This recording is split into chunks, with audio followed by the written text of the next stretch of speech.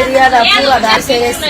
Primary school দৌড়া পরে ওই হিন্দু দৌড়া মসজিদের কুকুর পাটটা দৌড়া ছেড়ে আইসি রাত্রে। তো মানে আনুমানিক 1টা বাজে যাইছি বিয়া ডিউটি করেছি।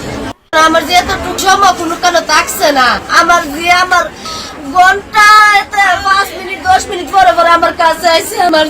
আমার যে এতটুকু সময় আমার কাছ থেকে ওরে গেছে না। জায়গায় ছাত্রের জন্য অপেক্ষা করছিলাম নিচতলা করাই, আর উপরে আরেকজনে পড়ায়।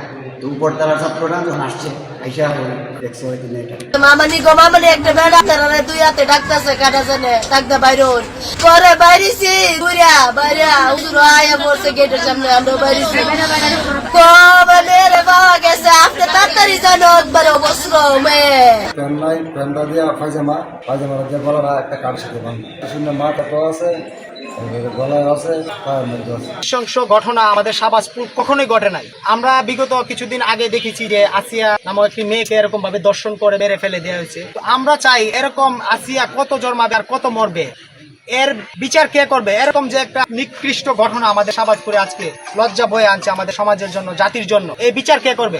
গত রাতে 2টার দিকে ভিকটিমের মা এসে নিখোঁজ ডায়েরি করে যায় থানায়। তো তারপর আমাদের থানা থেকে টিম গিয়ে বিভিন্ন জায়গায় খোঁজাখুঁজি করে পাওয়া যায় না। আজকে ভোরের দিকে হঠাৎ ফোন আসে যে একটা লাশ পাওয়া গেছে মসজিদের 2য় তলায়। তখন আমরা যাই সবাই, যাওয়ার পরে দেখি উপর করা অবস্থায় মসজিদের 2য় তলায় লাশটা শায়িত অবস্থায় আছে। তারপরে আমরা প্রাথমিকভাবে আশেপাশে কোনো কিছু পাওয়া যায় কিনা ইউজ করে তাকে হত্যা করা হয়েছে সেই সম্পর্কে জানার চেষ্টা করি। প্রাথমিকভাবে খুন হিসেবে ধরে নেওয়া হচ্ছে।